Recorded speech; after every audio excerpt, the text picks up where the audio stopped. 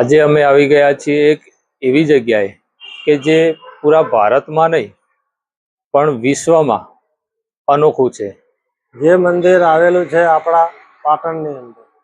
જે મિત્રો તમે જોઈ શકો છો, આ રોટલિયા હનુમાન દાદાનું મંદિર આ છે આપણા પાટણમાં આવેલા રોટલિયા હનુમાન દાદા, જે એમના પ્રસાદના કારણે તેમને નામ રોટલિયા હનુમાન રાખવામાં આવેલ છે। અને રોટલી અને રોટલાની અનોખી પરંપરાના કારણે આ હનુમાનજીનું નામ રોટલિયા હનુમાન રાખવામાં આવેલ છે।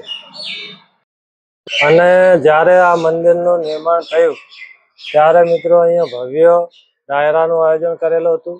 અને એ ડાયરાની અંદર આપણે ડાયરાઓ તો ઘણા જોયા છે, કીર્તિદાન ગઢવીના, કે જ્યાં નોટોનો વરસાદ થતો હોય છે, પણ પાટણની અંદર આ રોટલિયા હનુમાન દાદાએ ડાયરાની અંદર નોટોના વરસાદની જગ્યાએ રોટલીઓનો વરસાદ થયેલો હોય તેવો ડાયરો અહીંયા થયેલો છે।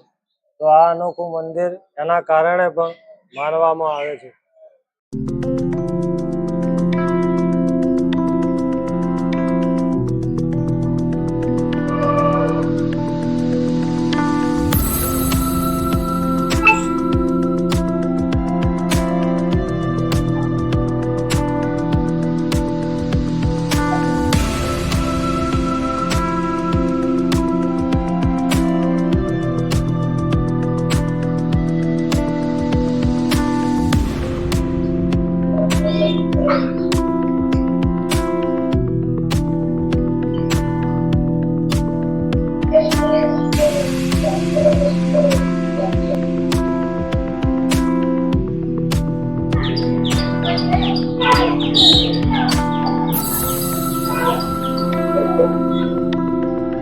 આ મંદિરની અંદર રોટલો અને રોટલી પ્રસાદ રૂપે ચડાવવામાં આવે છે। અને તેલ અને સિંદૂર બિલકુલ પણ ચડાવવામાં આવતું નથી। તે અનોખી પરંપરાના કારણે આ મંદિરનું નામ રોટલિયા હનુમાનજી રાખવામાં આવેલ છે।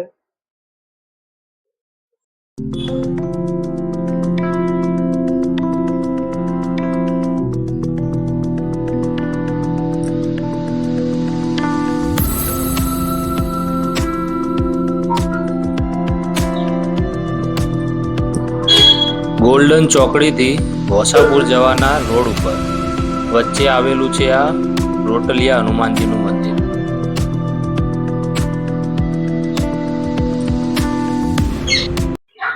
મિત્રો, રોટલિયા હનુમાન દાદાના મંદિરની અંદર આ ગોગા મહારાજની અદ્ભુત મૂર્તિની સ્થાપના કરવામાં આવી છે, જે તમે જોઈ રહ્યા છો।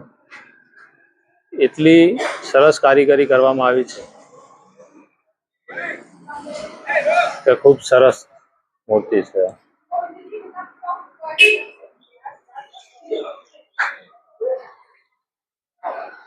અને જો તમે રોટલિયા હનુમાન દાદાએ આવો તો આ ગોગા મહારાજની મૂર્તિના દર્શન કરવાનું ના ભૂલતા।